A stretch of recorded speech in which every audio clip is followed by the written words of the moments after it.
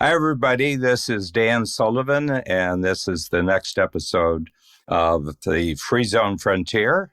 Yeah, so Steve and Dan, thanks. It's great to meet you, Steve, and it's great to be with you again, Dan. I'm just a kid from the Midwest. I grew up in a farming family, and my stepdad was a family physician.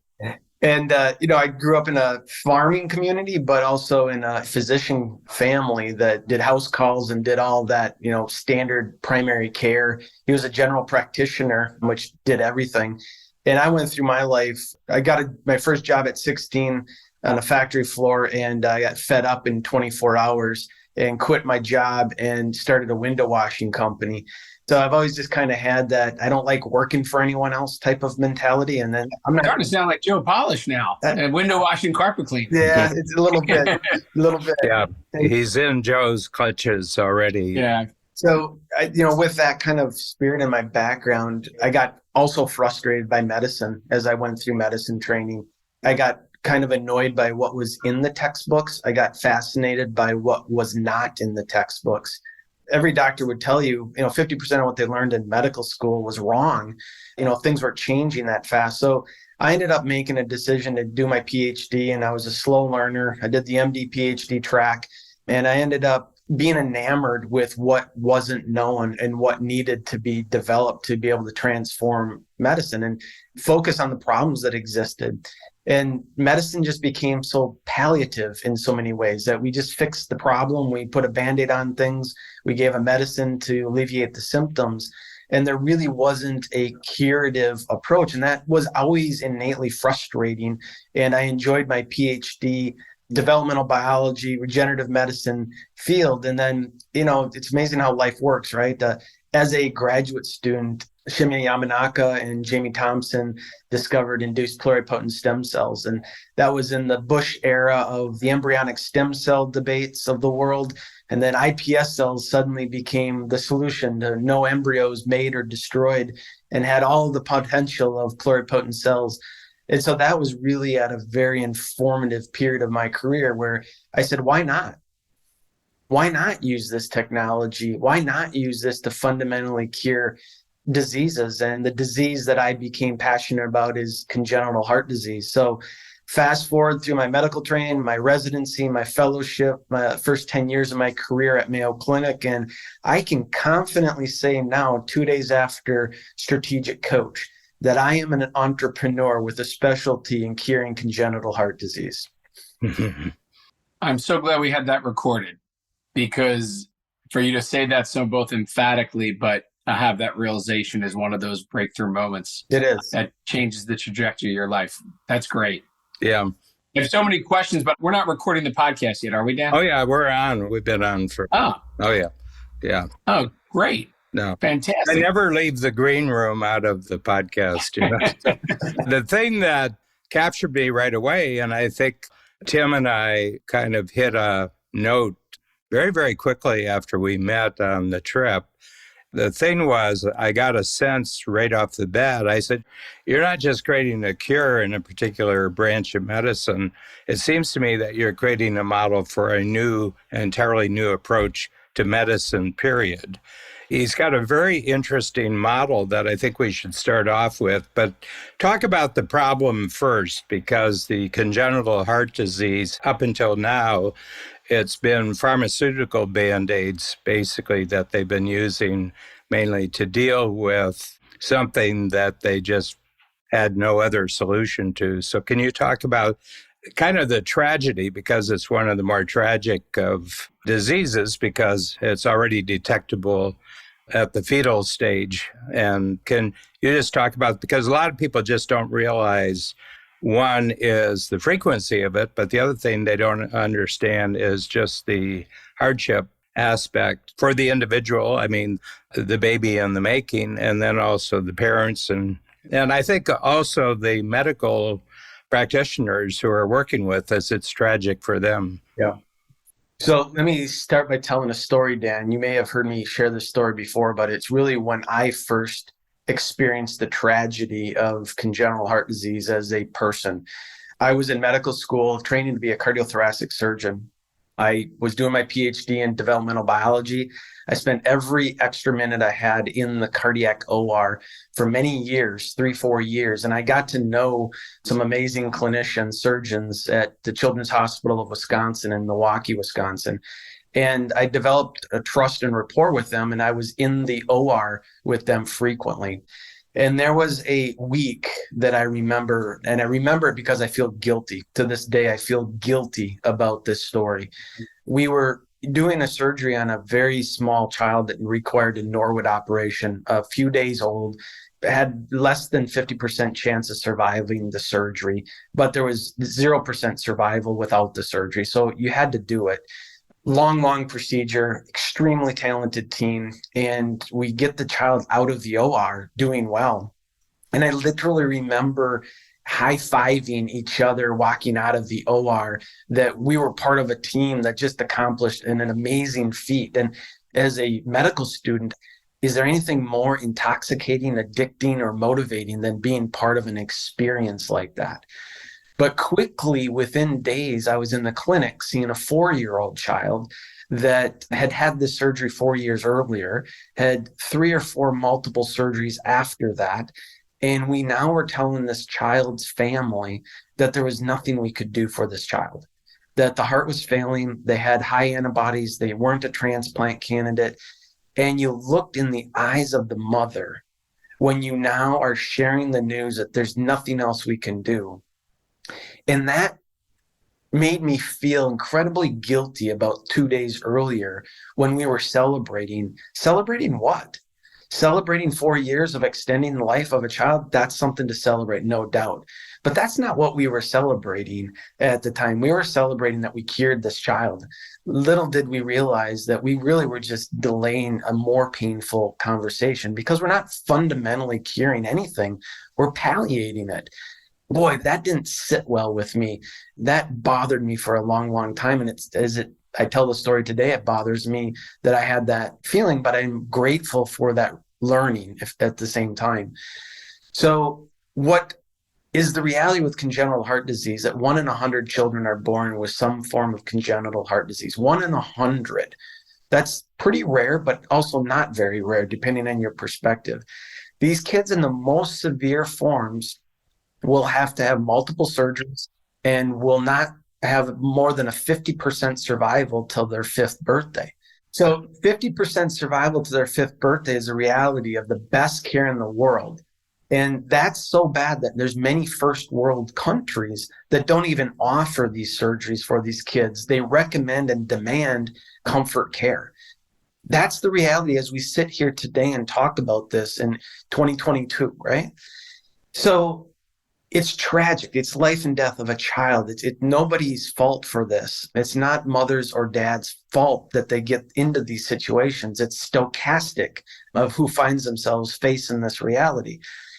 And there's not a large enough market for the large companies, investor, VC community to put money behind it because it's too rare. There's bigger opportunities for larger investment. So this is the reason pediatric cardiologists and pediatric cardiac surgeons have a chip on their shoulder, because they feel like they're neglected. They feel like nobody's listening. They feel like nobody cares about these children and the fact that there's not money for devices and therapies. Well, complaining is not very motivating to an entrepreneur, right? Complaining is the start of where the solution is. And so we fortuitously lucked out and got to meet some extraordinary people early on in my career, specifically Todd and Karen Wanick, who are the owners of Ashley Furniture. And they are personally affected with their daughter, Gabrielle, who has this condition. And they said, we want to change this. We want to do our part to change this. And we formed a partnership at Mayo Clinic in 2010. And we've been on a mission to leverage the philanthropic community to focus on the rare diseases that are neglected and build focused programs that can be sustainable and scalable. And so the rareness of congenital heart disease is probably the greatest gift that we have had in our journey thus far. Mm-hmm. The thing that I find very, very interesting is the one donor model that you created, where you have a no exit strategy. So In other words, the donors here, the parents, they said, we're not going to start this research and at a certain point say, it's not doing what we want it to do. Therefore, we'll do something else with the research. So they had an agreement up front and all through that there was no exit to the particular objective of their money and your skill. Yeah, no, that's right. I think that's a critical Steve, you have many, many stories, with your broad spectrum of different passions, different donors, different medical practitioners. But I think this rings true. Well, you hit on something, Tim, that is the key to all of the innovation in healthcare to really see it all the way through, which is starting with impact-aligned partners. There has historically been, for the most part, a reliance on either retail investors, when you take a biotech company public and you kind of use the public markets to fund it. There's basically a black and white, yes or no, did it work or did it not work? So it's kind of a little bit of a lottery ticket. But then you've got venture capital and private equity. And regardless of what anybody says, 99.999% of them are financial driven with what they're really looking to do. And so if it financially doesn't work at some point, you pull the plug. By starting with this family who cares deeply personally about what you're working on, it's not about the financial return. It's about the impact that you're making. And therein lies step number one, finding a champion that's stepping up who cares at all costs, by the way, to the end game you're going for. So I not only applaud you, but it's really amazing how I don't want to say stumbled on it, but you were able to fortuitously come together with this family. And so I wanted to ask that question first. How did you meet them and how did you connect in with getting them to not only get behind it, but give you the full confidence that they're behind you? Yeah, so Todd and Karen are remarkable people, two of the most remarkable people that anybody on the planet could ever meet. I mean that with deep sincerity and authenticity. They recognize the position that they are in the world with what they've created with their private industry, and they recognize that they want to be part of a solution for something bigger. That's remarkable. And there's many people out there like that, but there's not many like that with congenital heart connection. So they feel like they have a responsibility at some level to find the best team, build the best team. And they were at Mayo Clinic and they asked the questions. And I just happened to be a fellow at the time that had just made beating contracting tissue out of a mouse model and published a paper where we improved the heart function of a mouse. And I was so naive at that time that when they asked, what's next? I said, well, we did it in a mouse. Why can't we do this in a human? Right? And I mean, as I look back at that, how naive I was, but at the same time, it's true. We did it in a mouse. Why can't we do it in a human? And they said, okay, what? Okay, let's build a team. And we had a 5-year runway. And within that first 5 years, it took us 2.5 years to launch the world's first clinical trial using cell-based therapies for congenital heart disease. And that was the progress that propelled the culture of our team forward, that why not do this in humans, right? We can spend our lifetime researching all the nuances of the academic insight to this, or we can push the imperfect thing forward and learn with the most important model system, which is humans. And getting over that bridge into clinical trials has been the catalyst for all the progress that we've made thus far. And it gets us out of that academic mindset of another paper, another grant type of thing. Yeah. And it gets us into a product development focus. And that first 2 years was so informative for now what's going on 12 years of a journey that has grown to over 60 people, 4 INDs, and as we'll talk about, maybe the world's first approval for a transformative technology that we, the little red engine that could, is now leading the world with. So that culture of why not is so powerful when you've got the right team at the right point of time. Yeah. And even at Tim, you were with us. Tim didn't speak till Sunday, but the trip started on Wednesday. And on the second day, when we were in San Francisco, we went to the Gladstone Institute. And first of all, we met Dr. Yamanaka, which was kind of akin to meeting Einstein, a very self-effacing individual, very humorous.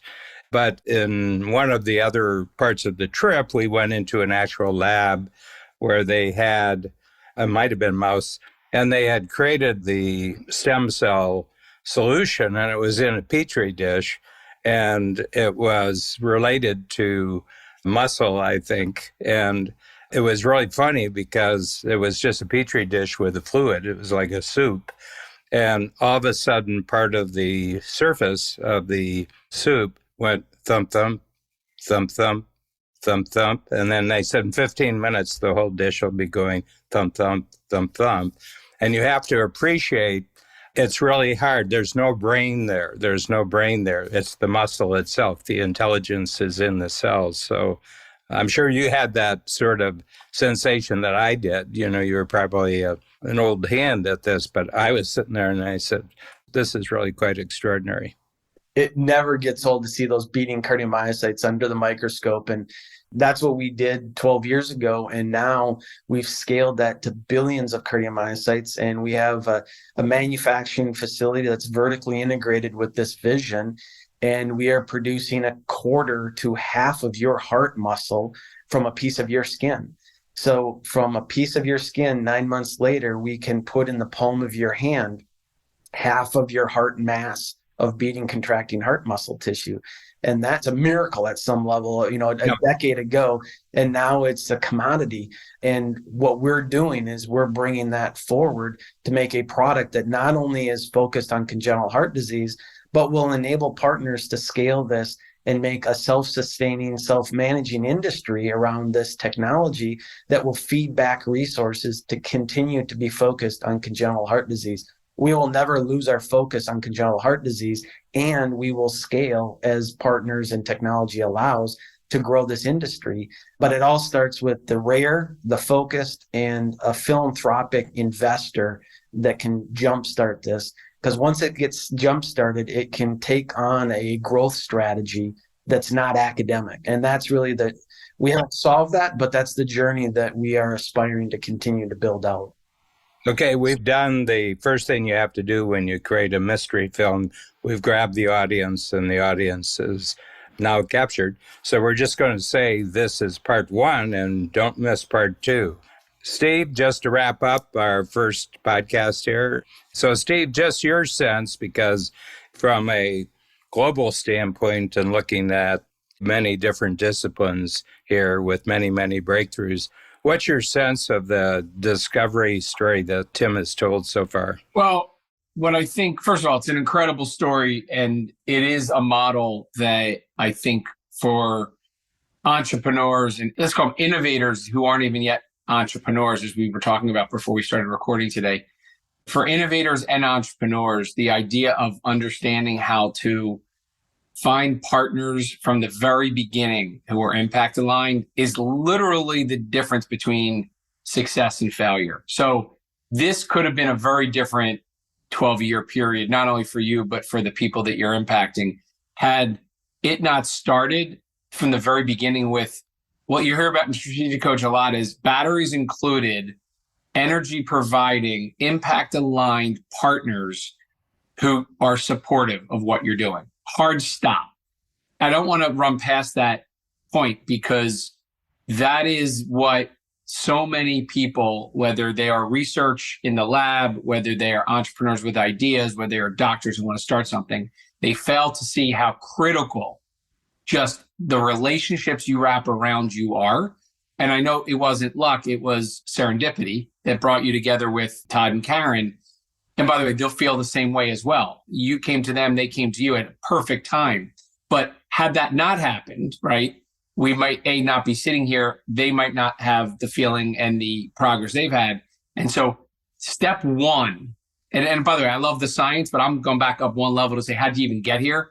The idea that you found partners who are the right fit is such a critical part of the picture. And the reason I'm emphasizing this is because I know you appreciate them and appreciate it, but when people listen to this, it sounds like, oh yeah, they're focusing on your innovation, but you had support, and you had support from impact aligned patient people who weren't just looking for financial return.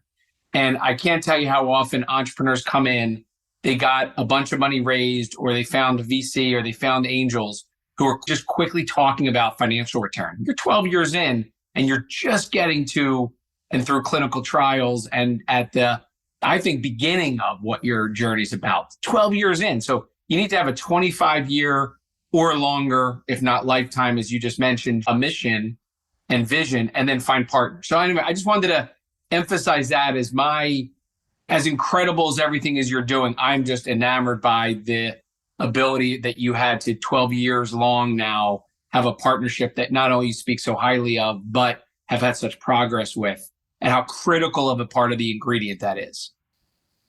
Yeah.